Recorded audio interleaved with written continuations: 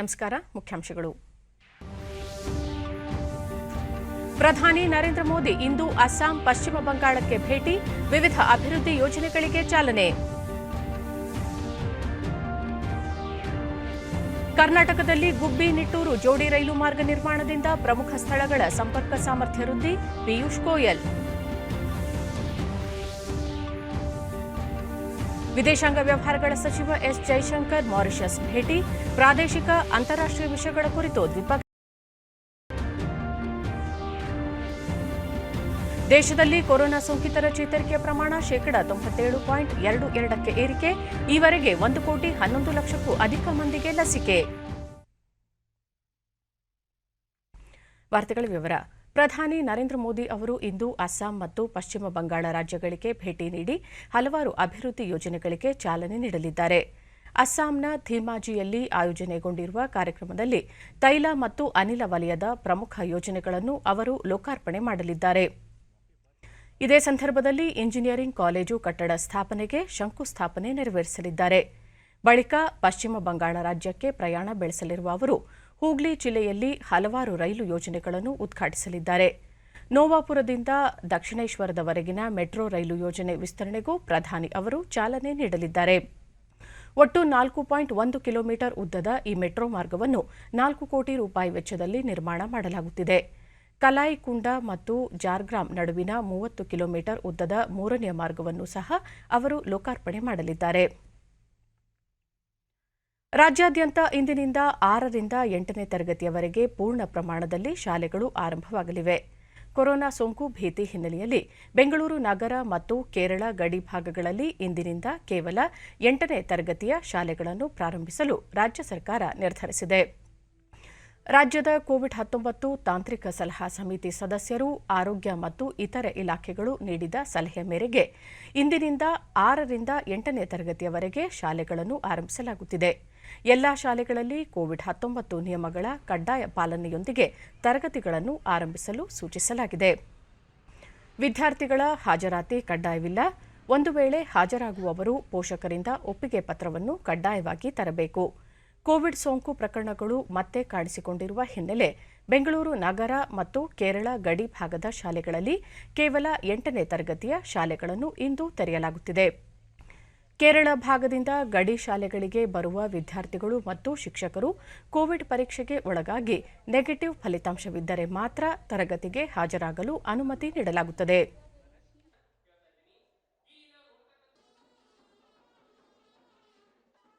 ರಾಜ್ಯದ ತುಮಕೂರು ಜಿಲ್ಲೆಯ ಗುಬ್ಬಿ ಮತ್ತು ನಿಟ್ಟೂರು ನಡುವೆ ಜೋಡಿ ರೈಲು ಮಾರ್ಗ ಸೇರಿದಂತೆ ವಿವಿಧ ರಾಜ್ಯಗಳ ಸುಮಾರು 88 ರೈಲು ಯೋಜನೆಗಳನ್ನು ರೈಲ್ವೆ ಸಚಿವ ಪಿಯೂಷ್ ಗೋಯಲ್ ನಿನ್ನೆ ರಾಷ್ಟ್ರಕ್ಕೆ ಸಮರ್ಪಿಸಿದರು. ದೆಹಲಿಯಿಂದಲೇ ವಿಡಿಯೋ ಲಿಂಕ್ ಮೂಲಕ ಗುಬ್ಬಿ ನಿಟ್ಟೂರು ನಡುವಿನ 9 ಕಿಲೋಮೀಟರ್ ದೂರದ ಜೋಡಿ ರೈಲು ಮಾರ್ಗವನ್ನು ಅವರು ಲೋಕಾರ್ಪಣೆಗೊಳಿಸಿದರು. ಸುಮಾರು 75.5 ಕೋಟಿ ರೂಪಾಯಿ ವೆಚ್ಚದಲ್ಲಿ ಈ ಜೋಡಿ ಮಾರ್ಗವನ್ನು ಪೂರ್ಣಗೊಳಿಸಲಾಗಿದ್ದು, ರೈಲು ನಿಲ್ದಾಣಗಳಲ್ಲಿ ಅತ್ಯಾಧುನಿಕ ಸೌಲಭ್ಯಗಳನ್ನು ಒದಗಿಸಲಾಗಿದೆ.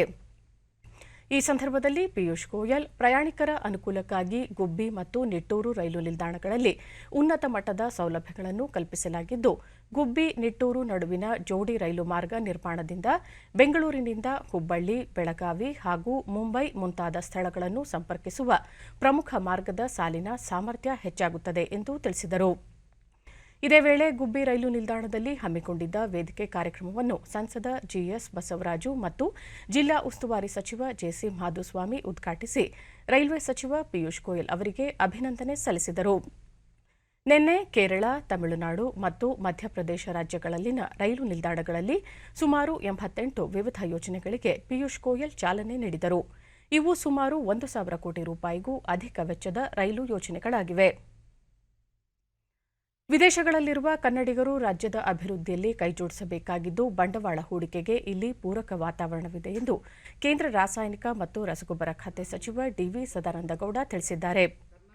ಸಾಗರೋತ್ತರ ಕನ್ನಡಿಗರೊಂದಿಗೆ ನಿನ್ನೆ ರಾತ್ರಿ ವಿಡಿಯೋ ಸಂವಾದ ನಡೆಸಿದ ಅವರು, ವಿದೇಶಗಳಲ್ಲಿ ನೆಲೆಸಿರುವ ದೇಶದ ಜನರಿಗೆ ಕೇಂದ್ರ ಹಾಗೂ ರಾಜ್ಯ ಸರ್ಕಾರಗಳು ಹೆಚ್ಚಿನ ಆದ್ಯತೆ ನೀಡುತ್ತಿವೆ. ಇಂದು ಭಾರತ ಕೂಡ ಅತ್ಯಂತ ವೇಗವಾಗಿ ಬೆಳೆಯುತ್ತಿದ್ದು, ಜಾಗತಿಕ ಮುಂಚೂಣಿಯಲ್ಲಿರುವ ರಾಷ್ಟ್ರವಾಗಿದೆ. ಕೊರೋನಾ ಸವಾಲನ್ನು ಸಮರ್ಥವಾಗಿ ನಿಭಾಯಿಸುವ ಮೂಲಕ ಇಡೀ ವಿಶ್ವಕ್ಕೆ ಮಾದರಿ ಎನಿಸಿದೆ ಎಂದರು. ಸುಮಾರು 120 ರಾಷ್ಟ್ರಗಳಿಗೆ ಭಾರತ ಕೊರೋನಾ ಲಸಿಕೆ ಪೂರೈಕೆ ಮಾಡಿದೆ ಎಂದು ತಿಳಿಸಿದ ಸಚಿವರು, ಕೊರೋನಾ ನಂತರದಲ್ಲೂ ದೇಶದಲ್ಲಿ ವಿದೇಶಿ ಬಂಡವಾಳ ಹೂಡಿಕೆ ಹೆಚ್ಚಿದೆ. ರಾಜ್ಯದಲ್ಲೂ ಬಂಡವಾಳ ಹೂಡಿಕೆಗೆ ಪೂರಕ ವಾತಾವರಣವಿದ್ದು, ಅಭಿವೃದ್ಧಿ ದೃಷ್ಟಿಯಿಂದ ಸಾಗರೋತ್ತರ ಕನ್ನಡಿಗರು ಕೈಜೋಡಿಸಬೇಕು ಎಂದು ಹೇಳಿದರು. ಕೊರೋನಾ ನಮಗೊಂದು ಸವಾಲನ್ನು ಕೊಡ್ತು.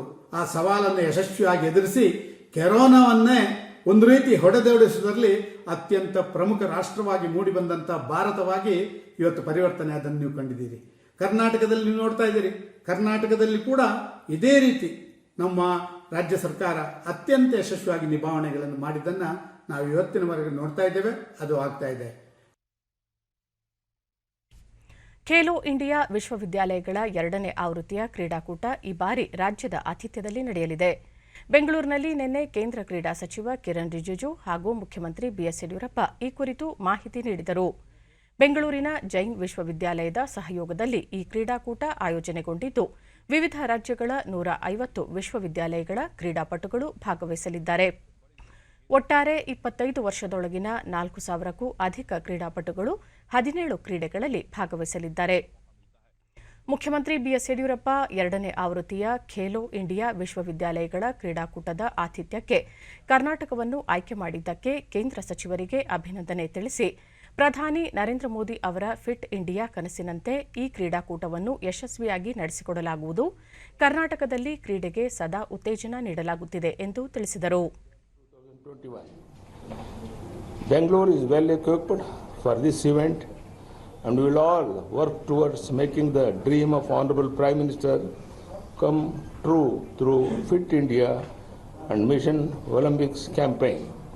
Government of Karnataka is committed to promote sports at all levels. Corona ಸಂಕಷ್ಟದಿಂದ ಈ ವರ್ಷ ರೈತರ ಪ್ರೋತ್ಸಾಹ ಧನ ನೀಡಲು ಸಾಧ್ಯವಾಗಲಿಲ್ಲ. ಆದರೆ ಕೇಂದ್ರ ಸರ್ಕಾರದ ಬೆಂಬಲ ಬೆಲೆಯೊಂದಿಗೆ ತೊಗರಿ ಖರೀದಿ ಮಾಡಲಾಗುತ್ತಿದೆ ಎಂದು ಕೃಷಿ ಸಚಿವ ಬಿಸಿ ಪಾಟೀಲ್ ಕಲಬುರಗಿಯಲ್ಲಿ ನಿನ್ನೆ ತಿಳಿಸಿದ್ದಾರೆ. ಈ ಬಾರಿ ಅತಿವೃಷ್ಟಿಯಿಂದಾಗಿ ಜಿಲ್ಲೆಯಲ್ಲಿ 4.42 ಲಕ್ಷ ಹೆಕ್ಟೇರ್ ಪ್ರದೇಶದಷ್ಟು ಬೆಳೆ ಹಾನಿ ಉಂಟಾಗಿದೆ.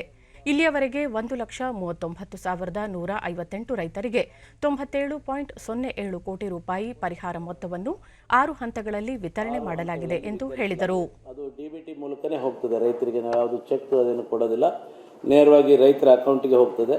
ಮತ್ತು ಉಳಿದಂಥದ್ದು ಕೆಲವು ಏನಾಗಿದೆ, ನಾವು 2 ಸರಿ ಸಮೀಕ್ಷೆ ಆಯಿತು. ಇಲ್ಲಿ ಮುಂಗಾರು ಜುಲೈ ಆಗಸ್ಟ್ ಸಂದರ್ಭದಲ್ಲಿ ಕೂಡ ಬೆಳೆ ಹಾನಿಯಾಗಿತ್ತು, ಮತ್ತು ಎರಡನೇದು ಕೂಡ ಈಗ ಹಿಂಗಾರು ಕೂಡ ಇಲ್ಲಿ ಬೆಳೆ ಹಾನಿಯಾಗಿದೆ. ಹಾಗಾಗಿ ಕೆಲವು ಕಡೆ ತಾಂತ್ರಿಕ ತೊಂದರೆ ಆಗಿದೆ. ಅದನ್ನು ನಮ್ಮ ಜಿಲ್ಲಾಧಿಕಾರಿಗಳು, ಕೃಷಿ ಅಧಿಕಾರಿಗಳು ಮೇಲ್ಮಟ್ಟದಲ್ಲಿ ಈಗಾಗಲೇ ಸಂಪರ್ಕ ಮಾಡಿ ತಾಂತ್ರಿಕ ತೊಂದರೆಯನ್ನು ಆದಷ್ಟು ಬೇಗ ತೆಗೆದು ಸಂಪೂರ್ಣವಾಗಿ ಬೆಳೆ ಹಾನಿ ಪರಿಹಾರವನ್ನು ಕೊಡಲಿಕ್ಕೆ ಕ್ರಮ ವಹಿಸ್ತಾ ಇದ್ದೇವೆ. ಮಾಲ್ಡೀವ್ಸ್ ಮತ್ತು ಮಾರಿಷಸ್ ರಾಷ್ಟ್ರಗಳ ಪ್ರವಾಸದ ಅಂತಿಮ ಚರಣದಲ್ಲಿ ವಿದೇಶಾಂಗ ವ್ಯವಹಾರಗಳ ಸಚಿವ ಡಾ ಎಸ್ ಜೈಶಂಕರ್ ನಿನ್ನೆ ರಾತ್ರಿ ಪೋರ್ಟ್ ಲೂಯಿಸ್ ತಲುಪಿದ್ದಾರೆ. ಅಲ್ಲಿನ ವಿದೇಶಾಂಗ ಸಚಿವ ಆಡನ್ ಬೋರೋ ಅವರು ಎಸ್ ಜೈಶಂಕರ್ ಅವರನ್ನು ಬರಮಾಡಿಕೊಂಡರು. ಹಿಂದ್ ಮಹಾಸಾಗರ ಕ್ಷೇತ್ರದಲ್ಲಿ ವಿದೇಶಾಂಗ ಸಚಿವರು ಭಾರತದ ರಣನೀತಿ ರೂಪದಲ್ಲಿ ನೆರೆಯ ದೇಶದೊಂದಿಗೆ ಮಹತ್ವಪೂರ್ಣ ಚರ್ಚೆ ನಡೆಸಲಿದ್ದಾರೆ. ಮಾರಿಷಸ್ ಅಧ್ಯಕ್ಷ ಪೃಥ್ವಿರಾಜ್ ಸಿಂಗ್ ರೂಪನ್ ಮತ್ತು ಪ್ರಧಾನಿ ಪ್ರವೀಂದ್ರ ಜಗನ್ನೂತ್ ಅವರನ್ನು ಭೇಟಿಯಾಗಿ ದ್ವಿಪಕ್ಷೀಯ ಮಾತುಕತೆ ನಡೆಸಲಿದ್ದಾರೆ. ವಿವಿಧ ಮೂಲಸೌಕರ್ಯ ಯೋಜನೆಗಳ ಅನುಷ್ಠಾನ, ಪರಸ್ಪರ ಹಿತಾಸಕ್ತಿ, ಪ್ರಾದೇಶಿಕ ಮತ್ತು ಜಾಗತಿಕ ವಿಷಯಗಳು ಸೇರಿದಂತೆ ಪ್ರಮುಖ ಕ್ಷೇತ್ರಗಳಿಗೆ ಸಂಬಂಧಿಸಿದಂತೆ ಎಸ್ ಜೈಶಂಕರ್ ಅವರು ಅಲ್ಲಿನ ನಾಯಕರುಗಳೊಂದಿಗೆ ಸಮಾಲೋಚನೆ ನಡೆಸಲಿದ್ದಾರೆ.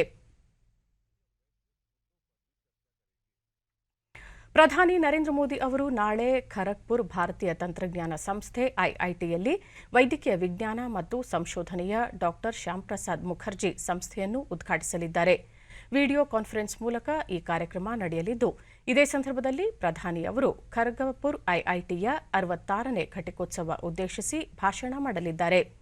ವಿಜ್ಞಾನದಲ್ಲಿ ಹೂಡಿಕೆ ಮತ್ತು ಆವಿಷ್ಕಾರ ಹಾಗೂ ಸಂಶೋಧನೆಗೆ ಸಂಬಂಧಿಸಿದಂತೆ ಪ್ರಧಾನಿ ನರೇಂದ್ರ ಮೋದಿ ಅವರ ದೂರದೃಷ್ಟಿಯ ಸ್ಫೂರ್ತಿಯಾಗಿ ಡಾ ಶ್ಯಾಂಪ್ರಸಾದ್ ಮುಖರ್ಜಿ ಸಂಸ್ಥೆಯನ್ನು ಸ್ಥಾಪಿಸಲಾಗಿದೆ.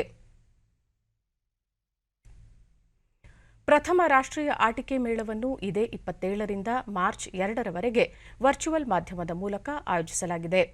ಐಐಟಿ ಗಾಂಧಿನಗರ ಮೂಲದ centre for creative learning CCL ತನ್ನ ವಿಶಿಷ್ಟ 75 ಆಟಿಕೆ ಸೃಷ್ಟಿಗಳನ್ನು ಈ ಮೇಳದಲ್ಲಿ ಪ್ರದರ್ಶಿಸಲಿದೆ. ಸೃಜನಶೀಲ ಕಲಿಕೆಗಾಗಿ ಇಂತಹ ಕೇಂದ್ರವನ್ನು ಹೊಂದಿರುವ ದೇಶದ ಏಕೈಕ ಐಐಟಿ ಗಾಂಧಿನಗರ ಎಂಬ ಹೆಗ್ಗಳಿಕೆಗೆ ಇದು ಪಾತ್ರವಾಗಿದೆ. ಈ ಕೇಂದ್ರವು ವಿದ್ಯಾರ್ಥಿಗಳು ಮತ್ತು ಶಿಕ್ಷಕರಲ್ಲಿ ವೈಜ್ಞಾನಿಕ ಹಾಗೂ ಶೈಕ್ಷಣಿಕ ಆಟಿಕೆಗಳನ್ನು ಅಭಿವೃದ್ಧಿಪಡಿಸುವಂತಹ ಮನೋಧರ್ಮವನ್ನು ಬೆಳೆಸುತ್ತದೆ.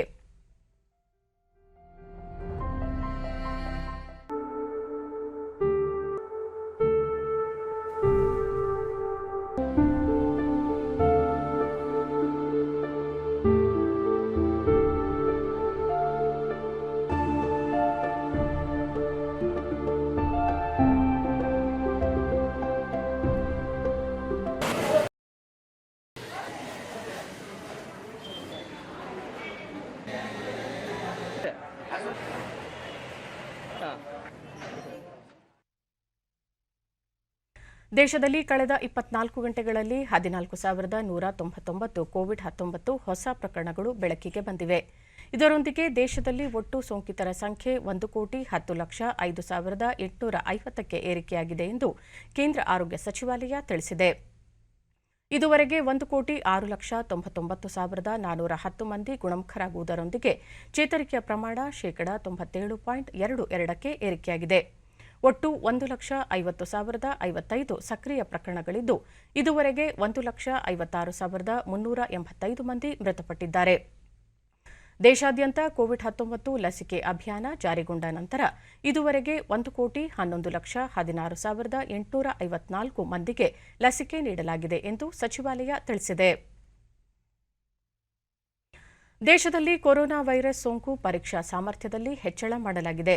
ಇದುವರೆಗೆ 21,15,51,766 ಮಂದಿಯ ಮಾದರಿಗಳನ್ನು ಪರೀಕ್ಷಿಸಲಾಗಿದೆ ಎಂದು ಭಾರತೀಯ ವೈದ್ಯಕೀಯ ಸಂಶೋಧನಾ ಸಂಸ್ಥೆ ಐಸಿಎಂಆರ್ ತಿಳಿಸಿದೆ. ಸರ್ಕಾರಿ ಮತ್ತು ಖಾಸಗಿ ಪ್ರಯೋಗಾಲಯಗಳು ಸೇರಿದಂತೆ ನಿನ್ನೆ ಒಂದೇ ದಿನ 6,20,216 ಮಾದರಿಗಳ ಪರೀಕ್ಷೆ ನಡೆಸಲಾಗಿದೆ ಎಂದು ಐಸಿಎಂಆರ್ ಹೇಳಿದೆ.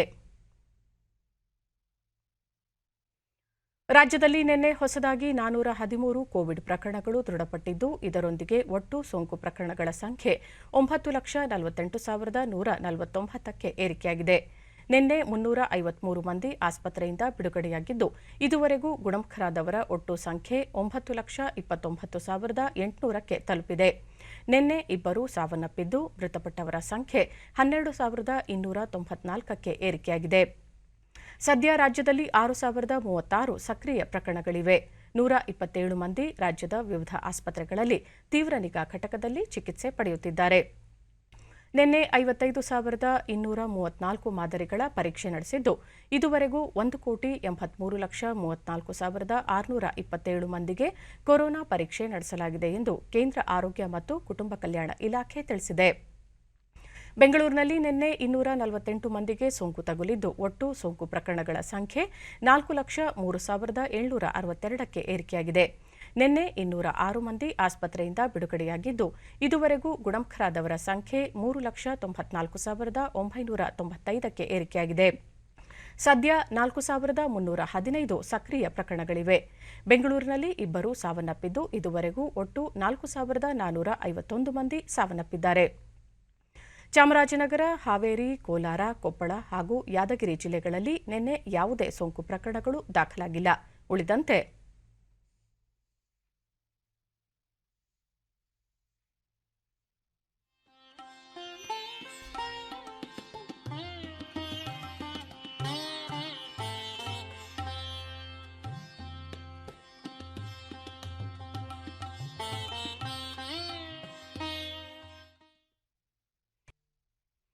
ರಾಜ್ಯದಲ್ಲಿಯೇ ಎತ್ತರದ ಶಿಖರವೆನಿಸಿರುವ ಮುಳ್ಳಯ್ಯನಗಿರಿ ಮತ್ತು ಚಂದ್ರದ್ರೋಣ ಪರ್ವತ ಶ್ರೇಣಿಯನ್ನು ಕಸಮುಕ್ತಗೊಳಿಸಲು ಚಿಕ್ಕಮಗಳೂರು ಜಿಲ್ಲಾಡಳಿತ ದಿಟ್ಟ ಹೆಜ್ಜೆಯನ್ನಿರಿಸಿದೆ.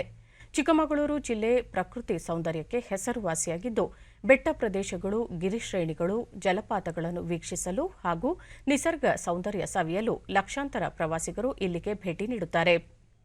ಅಂತೆಯೇ ಗಿರಿ ಸ್ವಚ್ಛತಾ ಅಭಿಯಾನ ಶೀರ್ಷಿಕೆಯ ಮೂಲಕ ಈ ಎರಡೂ ಪರ್ವತ ಶ್ರೇಣಿಗಳನ್ನು ಕಸಮುಕ್ತಗೊಳಿಸಲು ಜಿಲ್ಲಾಡಳಿತ ಮುಂದಾಗಿದೆ.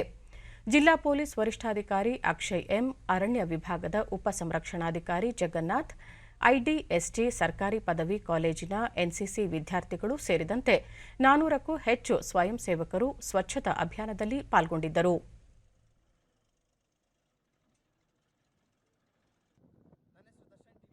ಡಿಡಿ ನ್ಯೂಸ್ನೊಂದಿಗೆ ಎನ್ಸಿಸಿ ವಿದ್ಯಾರ್ಥಿ ದರ್ಶನ್ ಮೊದಲ ಬಾರಿಗೆ ಜಿಲ್ಲಾಡಳಿತ ನೇತೃತ್ವದಲ್ಲಿ ಈ ರೀತಿಯ ಕಾರ್ಯಕ್ರಮ ಹಮ್ಮಿಕೊಂಡಿದ್ದು ಪರ್ವತ ಶ್ರೇಣಿಯ ಕಸಗಳನ್ನು ಮುಕ್ತಗೊಳಿಸಲಾಗಿದೆ. ಸಾರ್ವಜನಿಕರು ಸ್ವಚ್ಛತೆ ಕಾಪಾಡಿಕೊಳ್ಳುವುದು ಬಹುಮುಖ್ಯ ಎಂದರು. ಸಿದ್ದಳ್ಳಿಗಿರಿಯಿಂದ ದೈದಿಪೀಠ ಎಲ್ಲ ಕೂಡ ಸ್ವಚ್ಛ ಮಾಡಿದ್ದೀವಿ. ಟನ್ಗಟ್ಟಲೆ ಕಸ ಸಿಕ್ಕಿದೆ ನಮಗೆ ಇವತ್ತಿನ ದಿವಸ. ಇದೇ ರೀತಿಯಾಗಿ ಎಲ್ಲರೂ ಕೂಡ ಬರ್ತೀರಾ, ಬಂದಾದ್ಮೇಲೆ ಕಸವನ್ನು ಮಾಡೋಗ್ತೀರಾ. ಬಟ್ ಏನಂದ್ರೆ ಯಾರು ಈ ಸ್ವಚ್ಛತೆ ಬಗ್ಗೆ ಗಮನ ಹರಿಸಲ್ಲ. ಒಂದೇನನ್ನು ಹೇಳ್ತೀನಿ ಅಂತಂದರೆ ಎಲ್ಲರೂ ಕೂಡ ಸ್ವಚ್ಛತೆಯನ್ನು ಕಾಪಾಡಿ ಅಂತ ಹೇಳ್ತೀನಿ. ಅದು ಇನ್ನೊಂದು ಕೂಡ ಇನ್ಕ್ಲೂಡ್ ಏನಂತಂದರೆ ಕೊರೋನಾ ಲಾಕ್ಡೌನ್ ಟೈಮಲ್ಲಿ ಡ್ಯೂಟಿನೂ ಕೂಡ ಮಾಡಿದ್ದೀವಿ NCC ಕಡೆಯಿಂದ. ಇನ್ಕ್ಲೂಡ್ 50 ಡೇಸ್ ಮಾಡಿದ್ದೀವಿ ಕೊರೋನಾ ಡ್ಯೂಟಿನ. ಮತ್ತು ಯಾವುದೇ ರೀತಿಯಾಗಲಿ ಇನ್ನೊಂದು ಏನಂತೀನಿ ಅಂದರೆ NCC ಸದಾ ಸಿದ್ಧ ಇರ್ತಾರೆ ಅಂತ ಹೇಳ್ತೀನಿ. ಇದೊಂದು ಜೈ ಹಿಂದ್ ಜೈ ಕರ್ನಾಟಕ. ಮತ್ತೆ ಭದ್ರಾ ನದಿಯ ಉಪ ಅರಣ್ಯ ಸಂರಕ್ಷಣಾಧಿಕಾರಿ ಜಗನ್ನಾಥ್, ಚಿಕ್ಕಮಗಳೂರು ನದಿಗಳ ಮೂಲ ಸ್ಥಾನವಾಗಿದ್ದು ಪ್ರವಾಸಿಗರು ಪ್ಲಾಸ್ಟಿಕ್ ಬಳಕೆಯನ್ನು ನಿಲ್ಲಿಸಬೇಕು. ಪ್ರವಾಸಿ ತಾಣಗಳಲ್ಲಿ ಸ್ವಚ್ಛತೆ ಕಾಪಾಡಿಕೊಳ್ಳುವುದು ಎಲ್ಲರ ಕರ್ತವ್ಯ ಎಂದರು. ತಾವು ಯಾವುದೇ ಒಂದು ಪರಿಸರ ಆಸಕ್ತಿ ಹೊಂದಿ ಏನು ತಾವು ಪ್ರವಾಸಿ ಸ್ಥಳಕ್ಕೆ ಬರಬೇಕಾದ್ರೆ ಜೀರೋ ಪ್ಲಾಸ್ಟಿಕ್ಕನ್ನು ಮನೆಯಿಂದ ಹೊರಡಬೇಕಾದ್ರೆ ಯಾವುದೇ ಪ್ಲಾಸ್ಟಿಕ್ ಪದಾರ್ಥಗಳನ್ನು ತಗೋಬಾರ್ದು. ಅಂದರೆ ಈಗ ಹಿಂದಿನ ಕಾಲದಲ್ಲಿ ಏನು ನಾವು ವಾಟರ್ ಬಾಟ್ಲ್ಸ್ ಕ್ಯಾರಿ ಮಾಡ್ತಾ ಇದ್ವಿ, ಅದೇ ರೀತಿ ಆಹಾರ ಪದಾರ್ಥಗಳನ್ನು ನಾವು ಸ್ಟೀಲ್ ಒಂದು ಪಾತ್ರೆ ಪಡಗುಗಳಲ್ಲಿ ತೆಗೆದುಕೊಂಡು ಅದನ್ನು ತಂದು ಗಿರಿಗಳಲ್ಲಿ ಉಪಯೋಗಿಸ್ಕೊಂಡು ಅದೇ ಪಾತ್ರೆಯನ್ನು ಮನೆಗೆ ವಾಪಸ್ ತಗೊಂಡು ಹೋಗ್ತಿತ್ತು. ಆದರೆ ಇತ್ತೀಚಿನ ದಿನಗಳಲ್ಲಿ ಪ್ರವಾಸಿಗರು ಏನಾಗಿದೆ ಅಂದರೆ ನಾವು ಏನು ಹೋಟೆಲಲ್ಲಿ ಪ್ಲಾಸ್ಟಿಕ್ ತೊಗೊಂಡು ಬರೋದು, ಈ ರೀತಿ ತಂದು ಊಟ ತಿಂಡಿ ಆದಾದ್ಮೇಲೆ ಅದನ್ನ ಅಲ್ಲಿ ಬಿಟ್ಟು ಹೋಗುವಂಥ ಪದ್ಧತಿ ಜಾಸ್ತಿ ಬೆಳೆದು ಅದರಿಂದ ಒಂದು ಪರಿಸರಕ್ಕೆ ಆಗ್ತಾ ಇರೋದು ಧಕ್ಕೆ ನೋಡಿದರೆ ಇವತ್ತು ನಾವು ಸಂಭವನೀಯ ಕಲೆಕ್ಷನ್ ಅಂದರೆ 25 ಟನ್ನಷ್ಟು ಪ್ಲಾಸ್ಟಿಕ್ಕನ್ನು ಕೆಲವಾರು ಸ್ಥಳಗಳಲ್ಲಿ ನಿನ್ನೆ ನಾವು ಬಂದು ನೋಡಿದಾಗ ಗೊತ್ತಾಯಿತು. ಇಂಥ ಒಂದು ಪರಿಸರವನ್ನು ಕ್ಲೀನ್ ಮಾಡೋದು ನಿರಂತರವಾಗಿರಬೇಕು ಮತ್ತು ಇದು ಪ್ರವಾಸಿಗರ ಒಂದು ಜವಾಬ್ದಾರಿ ಆಗಿರಬೇಕು. ಯಾಕಂದರೆ ನೆಕ್ಸ್ಟ್ ಅವ್ರ ಮಕ್ಕಳು ಮೊಮ್ಮಕ್ಕಳಿಗೆ ಇಂಥ ಒಂದು ಪವಿತ್ರವಾದ ಪ್ರವಾಸಿ ಸ್ಥಾನಗಳನ್ನು ನೋಡಲಿಕ್ಕೆ ಬಿಡೋದು ನಮ್ಮ ಪ್ರಯತ್ನವಾಗ್ತದೆ. ಆಮೇಲೆ ನದಿಗಳ ಮೂಲ, ಇವೆಲ್ಲ ಏನು ಮುಖ್ಯವಾಗಿ ನದಿಗಳ ಮೂಲ ಮತ್ತು ಜೀವ ಜಲದ ಒಂದು ಮೂಲ ಜಗತ್ತಿನಲ್ಲಿ. ಪೊಲೀಸ್ ವರಿಷ್ಠಾಧಿಕಾರಿ ಅಕ್ಷಯ್ ಎಂ, ಪ್ರವಾಸೋದ್ಯಮ ಹೆಚ್ಚುತ್ತಿದ್ದಂತೆ ಸ್ವಚ್ಛತೆಯು ಕಡಿಮೆಯಾಗಿದೆ. ಈ ಅಭಿಯಾನದ ಮೂಲಕ ಕಸಮುಕ್ತಗೊಳಿಸಿ ಎಲ್ಲರಲ್ಲಿ ಸ್ವಚ್ಛತೆ ಕುರಿತು ಜಾಗೃತಿ ಮೂಡಿಸಲಾಯಿತು ಎಂದು ಹೇಳಿದರು. ಕೆಲವು ದಿನಗಳಲ್ಲಿ ಇತ್ತೀಚೆಗೆ ವರ್ಷಗಳಲ್ಲಿ ಟೂರಿಸಂ ಜಾಸ್ತಿ ಆದಮೇಲೆ ನಮ್ಮದು ಅದರ ಸಂಬಂಧಪಟ್ಟಂತೆ ಕಾಳಜಿ ಕಡಿಮೆ ಆದಮೇಲೆ ಇನ್ನೊಂದಷ್ಟು ಕ್ಲೀನ್ಲಿನೆಸ್ ಅದಷ್ಟು ಮೇಂಟೈನ್ ಆಗ್ತಿರಲಿಲ್ಲ ಅಂತ ನಾವು ಲಾಸ್ಟ್ ಟೈಮ್ ನೋಡಿದ್ದೀವಿ. ಹಾಗಾಗಿ ಈ ಒಂದು ಇನಿಷಿಯೇಟಿವ್ ಮೂಲಕ ಟ್ರೆಕ್ ಕ್ಲೀನಿಂಗ್ ಆ್ಯಕ್ಟಿವಿಟಿ ಮೂಲಕ ಒಂದು ಟೂರಿಸ್ಟ್ಗಳಲ್ಲಿ ನಮ್ಮ ನಾಡಿನ ಜನತೆಗೆ ಮತ್ತು ಇಲ್ಲಿ ಇರ್ತಕ್ಕಂಥ ಎಲ್ಲ ವ್ಯಾವಸಾಯಿಕರಿಗೆ, ಅಂಗಡಿ ಮಾಲೀಕರಾಗಲಿ, ಈ ವೆಹಿಕಲ್ ಚಾಲಕರಾಗಲಿ, ಇವರೆಲ್ಲರಿಗೆ ಒಂದು ಅರಿವು ಮೂಡಿಸುವಂಥ ಒಂದು ಕಾರ್ಯಕ್ರಮ ಮಾಡಬೇಕು, ಕ್ಲೀನ್ನೆಸ್ ಮಾಡಬೇಕು. ಜೊತೆಗೆ ಎಲ್ಲ ಮಕ್ಕಳನ್ನು ಸೇರಿ ಅವ್ರ ಜೊತೆಗೆ ಟ್ರೆಕ್ ಮಾಡಬೇಕು. ಎಂಜಾಯ್ಮೆಂಟ್ ಪ್ಲಸ್ ನಮ್ಮ ಕ್ಲೀನಿನೆಸ್ ಆ್ಯಕ್ಟಿವಿಟಿ ಇವೆಲ್ಲ ಇಟ್ಕೊಂಡು ಇವತ್ತು ಒಂದು ಪ್ಲ್ಯಾನ್ ಮಾಡ್ಕೊಂಡಿದ್ವಿ. ಈ ಒಂದು ಆ್ಯಕ್ಟಿವಿಟಿ ಹಮ್ಮಿಕೊಂಡಿದ್ವಿ. ತುಂಬ ಚೆನ್ನಾಗಿ ಇದಕ್ಕೆ ಎಲ್ಲರೂ ಸಪೋರ್ಟ್ ಕೊಟ್ಟಿದ್ದಾರೆ, ಬೆಂಬಲ ಕೊಟ್ಟಿದ್ದಾರೆ. ಬೆಂಗಳೂರಿನ ಎಂಡೆಸ್ engineering solutions private limited company ತಯಾರಿಸಿರುವ ಅತ್ಯಾಧುನಿಕ ಎಲೆಕ್ಟ್ರಾನಿಕ್ ಬೊಂಬೆಗಳು ಪ್ರಧಾನಿ ನರೇಂದ್ರ ಮೋದಿ ಅವರಿಂದ ವರ್ಚುವಲ್ ಮೂಲಕ ಉದ್ಘಾಟನೆಗೊಳ್ಳಲಿರುವ ಗೊಂಬೆಗಳ ಜಾತ್ರೆ 2021ಕ್ಕೆ ಆಯ್ಕೆಯಾಗಿವೆ. ಫೆಬ್ರವರಿ 27ರಿಂದ ಮಾರ್ಚ್ 2ರವರೆಗೆ ಈ ಗೊಂಬೆಗಳ ಜಾತ್ರೆ ನಡೆಯಲಿದ್ದು ದೇಶದ ಪ್ರಮುಖ ಗೊಂಬೆ ತಯಾರಕರು ತಮ್ಮ ಗೊಂಬೆಗಳನ್ನು ಪ್ರದರ್ಶಿಸಲಿದ್ದಾರೆ.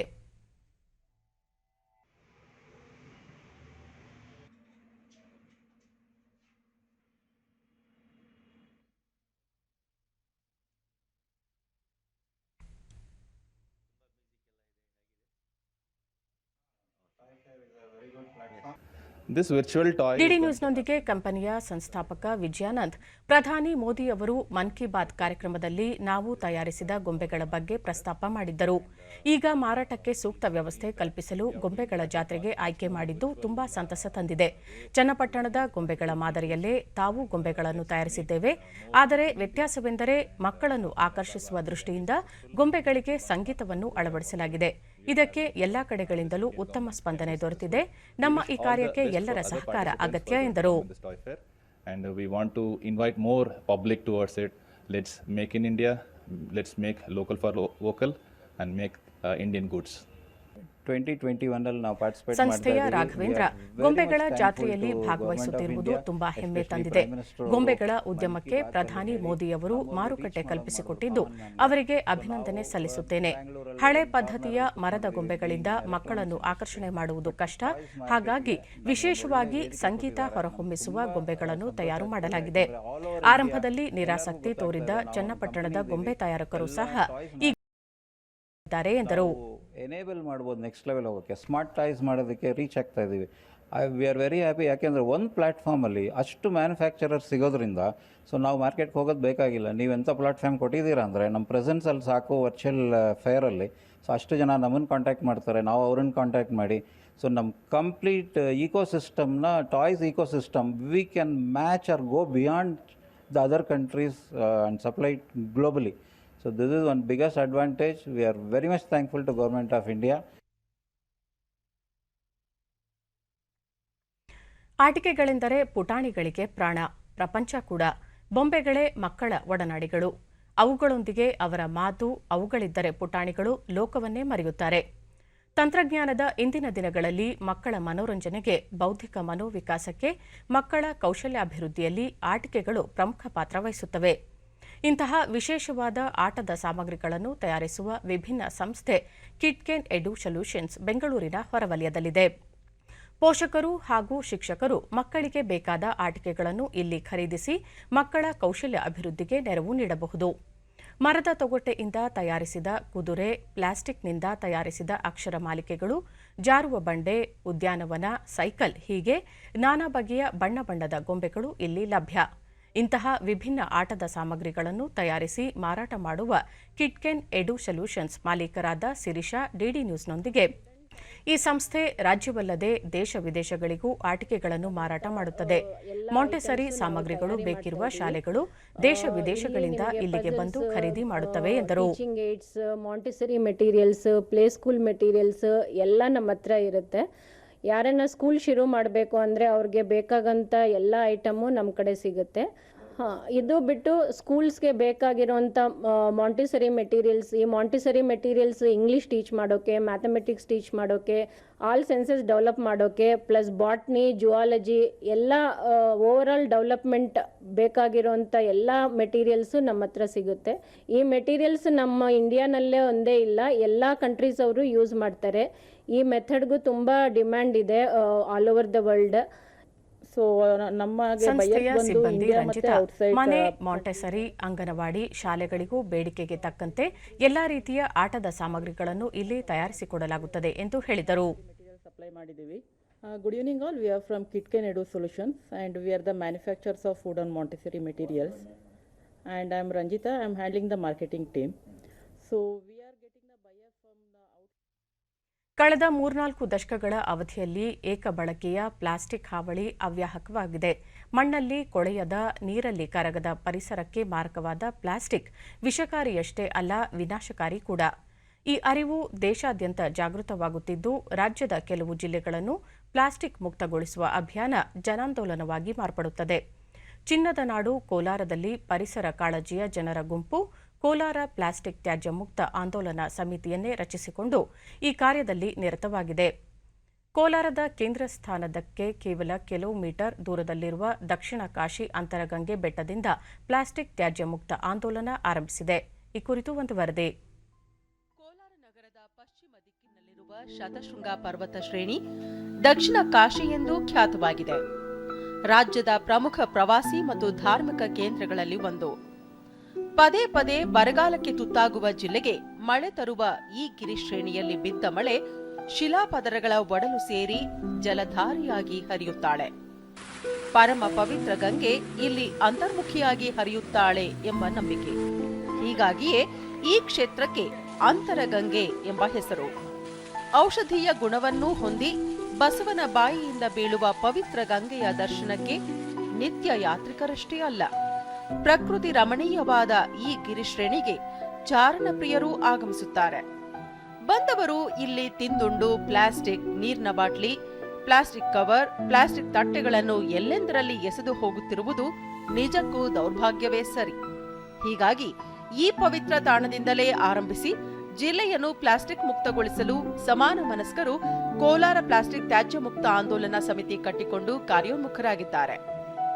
ಹಬ್ಬದ ದಿನಗಳಂದು ಶನಿವಾರ, ಭಾನುವಾರ ಮತ್ತು ಸಾರ್ವತ್ರಿಕ ರಜಾ ದಿನಗಳಲ್ಲಿ ಈ ಪರ್ವತ ಶ್ರೇಣಿಗೆ ರಾಜ್ಯದ ನಾನಾ ಭಾಗಗಳಿಂದಷ್ಟೇ ಅಲ್ಲ, ನೆರೆ ರಾಜ್ಯಗಳಿಂದಲೂ ಪ್ರವಾಸಿಗರು ಸಾವಿರಾರು ಸಂಖ್ಯೆಯಲ್ಲಿ ಆಗಮಿಸುತ್ತಾರೆ. ಹೀಗೆ ಬರುವ ಜನ ಈ ಗಿರಿಶ್ರೇಣಿಯಲ್ಲಿ ಬಿಟ್ಟು ಹೋಗುವ ತ್ಯಾಜ್ಯವನ್ನು ಸಂಗ್ರಹಿಸಿ ವೈಜ್ಞಾನಿಕವಾಗಿ ವಿಲೇವಾರಿ ಮಾಡುತ್ತಿರುವುದಾಗಿ ಸಮಿತಿ ಸದಸ್ಯ ತ್ಯಾಗರಾಜ್ ತಿಳಿಸುತ್ತಾರೆ. ಇದೊಂದು ಪ್ರವಾಸಿ ತಾಣ. ಪ್ರತಿ ರಜಾ ದಿನಗಳಲ್ಲಿ ನಾವು ಸಾವಿರಾರು ಜನ ಬರೋದನ್ನು ನೋಡ್ಬೋದು. ಅದೇ ರೀತಿ ಲಕ್ಷಾಂತರ ಜನಗಳನ್ನು ಕಾರ್ತಿಕ ಮಾಸ ಮತ್ತು ಮಾಘ ಮಾಸಗಳಲ್ಲಿ ನಾವು ಅತಿ ಹೆಚ್ಚಿನ ಜನಸಂದಣಿಯನ್ನು ಪ್ರತಿದಿನ ನೋಡಬಹುದು. ಈಗ ಗಿರಿಶ್ರೇಣಿಯ ಪ್ರದೇಶದಲ್ಲಿ ಮತ್ತು ಅಂತರಗಂಗೆ ಪರಿಸರದಲ್ಲಿ ಪ್ಲಾಸ್ಟಿಕ್ ಬಳಕೆ ನಿಷೇಧಿಸಲಾಗಿದೆ. ಆದರೂ ವಿದ್ಯಾವಂತ ಜನರೇ ಕಣ್ತಪ್ಪಿಸಿ ಪ್ಲಾಸ್ಟಿಕ್ ಎಸೆದು ಹೋಗುತ್ತಾರೆ. ಇದನ್ನು ಸಂಗ್ರಹಿಸಿ ಮರುಬಳಕೆ ಮಾಡುವ ಆಂದೋಲನ ನಡೆಯುತ್ತಿದೆ ಎನ್ನುತ್ತಾರೆ ಆಂದೋಲನ ಸಮಿತಿಯ ಸಂಚಾಲಕ ಕದಂ ರಾವ್. ಚಿತ್ರರಂಗಿ ಬೆಟ್ಟದ ತಪ್ಪಲಿನಲ್ಲಿ ಇವತ್ತು ಅನೇಕ ಸಂಘ ಸಂಸ್ಥೆಗಳು ಸೇರಿ ಕಾರ್ಯಯೋಜನೆ ಇವತ್ತು ಪ್ಲಾಸ್ಟಿಕ್ ತ್ಯಾಜ್ಯ ಮುಕ್ತ ಕೋಲಾರ ಅಭಿಯಾನ ಪ್ರಾರಂಭ ಆಗಿದೆ. ಈಗಾಗಲೇ ಪ್ರಾರಂಭವಾಗಿದೆ. ನಿರಂತರವಾಗಿ ಇದು 5 ವರ್ಷಗಳು ನಡೆಯುವಂತಹ ಅಭಿಯಾನ. ಮುಳಬಾಗಿಲು ತಾಲೂಕಿನ ಹೊನ್ನಶೆಟ್ಟಿಹಳ್ಳಿಯ ಗ್ರಾಮ ವಿಕಾಸ ಸಂಸ್ಥೆ ಮತ್ತು ರೋಟರಿ ಲೇಕ್ ಸೈಡ್ ಸಂಸ್ಥೆ ವಿದ್ಯಾರ್ಥಿಗಳು ಪ್ಲಾಸ್ಟಿಕ್ ತ್ಯಾಜ್ಯ ಮುಕ್ತ ಆಂದೋಲನದಲ್ಲಿ ತೊಡಗಿಕೊಂಡಿದ್ದು, ತಂಪು ಪಾನೀಯ, ನೀರಿನ ಬಾಟಲಿಗಳನ್ನು ಪಾಟ್ಗಳಾಗಿ ಪರಿವರ್ತಿಸಿ ಅದರಲ್ಲಿ ಅಲಂಕಾರಿಕ ಗಿಡ ಬೆಳೆಸಿ ಮನೆಯನ್ನು ಅಲಂಕರಿಸುವ ಕಲೆಯನ್ನು ಕಲಿಸುತ್ತಿದ್ದಾರೆ. ಈ ಒಂದು ಪ್ಲಾಸ್ಟಿಕ್ ಬಾಟಲ್ನ ಇಲ್ಲಿವರೆಗೂ ಕಟ್ ಮಾಡಿಬಿಟ್ಟು ಅದಕ್ಕೆ ಮಣ್ಣನ್ನು, ಮನೆಯಲ್ಲೇ ಸಿಗ್ತಕ್ಕಂಥ ಕಸವನ್ನು, ಮತ್ತು ನಾವೆಲ್ಲ ವೇಸ್ಟ್ ತ್ಯಾಜ್ಯ ವಸ್ತುಗಳನ್ನ ತರಕಾರಿ ಹಚ್ಚಿರೋದಾಗಿರ್ಬೋದು, ತುಂಬ ಹೂವು ಇನ್ನೊಂದು ಮತ್ತೊಂದು ಎಲ್ಲವನ್ನ ನಾವು ವೇಸ್ಟ್ ಮಾಡ್ತಿರ್ತೀವಿ. ಅಂತಹ ಎಲ್ಲ ತ್ಯಾಜ್ಯ ವಸ್ತುಗಳನ್ನು ಇದಕ್ಕೆ ಪೂರ್ತಿಯಾಗಿ ತುಂಬಿಸ್ಬಿಟ್ಟು ಅಲಂಕಾರಿಕ ಗಿಡಗಳು ನಮಗೆ ಸಾಕಷ್ಟು ಸಿಗ್ತೈತೆ. ಆ ಥರದ ಗಿಡಗಳನ್ನು ಈ ಒಂದು ಪಾಟನ್ನು ಮಾಡಿಕೊಂಡು ಇದರಲ್ಲಿ ನೆಟ್ ಬಿಟ್ಟು ಮನೆಯಲ್ಲಿ ಇಡೋದ್ರಿಂದ ಪ್ಲಾಸ್ಟಿಕ್ ತ್ಯಾಜ್ಯವನ್ನು ಮುಕ್ತಾಯ ಮಾಡಿದಾಗುತ್ತೆ. ನಮ್ಮ ಮನೆಯನ್ನು ತುಂಬ ಸುಂದರವಾಗಿ ನಾವು ಕಾಣಲಿಕ್ಕೆ ಸಾಧ್ಯ ಆಗ್ತದೆ. ಗ್ರಾಮ ಮಟ್ಟದಲ್ಲಿ ನಾವು ಪ್ಲಾಸ್ಟಿಕ್ನ ಎಲ್ಲರ ಹತ್ರದಿಂದ ಕಲೆಕ್ಟ್ ಮಾಡಿ ಅದನ್ನು ಬಾಟ್ಲಿಗೆ ತುಂಬಿಸ್ಬಿಟ್ಟು ಅದನ್ನು ಎಕೋ ಬ್ರಿಕ್ಸ್ ಥರ ಮಾಡಿಬಿಟ್ಟು ಅದನ್ನು ಮತ್ತೆ ಮರುಬಳಕೆ ಮಾಡಲು ಎಲ್ಲರೂ ಪ್ರಯತ್ನಿಸ್ತಾ ಇದ್ದೀವಿ. ಎಷ್ಟು ಗ್ರಾಮ ಪಂಚಾಯಿತಿ ಮಟ್ಟದಲ್ಲಿ ಸೆನ್ಸೆಕ್ಸ್ ಮುಂಬೈ ಷೇರು ಮಾರುಕಟ್ಟೆಯಲ್ಲಿಂದು ಆರಂಭಿಕ ವಹಿವಾಟಿನಲ್ಲಿ ಷೇರು ಸಂವೇದಿ ಸೂಚ್ಯಂಕ ಸೆನ್ಸೆಕ್ಸ್ 203 ಅಂಕಗಳ ಇಳಿಕೆಯೊಂದಿಗೆ 50,687ರಲ್ಲಿ ವಹಿವಾಟು ಆರಂಭಿಸಿದೆ. ರಾಷ್ಟ್ರೀಯ ಸಂವೇದಿ ಸೂಚ್ಯಂಕ ನಿಫ್ಟಿ ಸಹ 54 ಅಂಕಗಳ ಇಳಿಕೆಯೊಂದಿಗೆ 14,928ರಲ್ಲಿತ್ತು.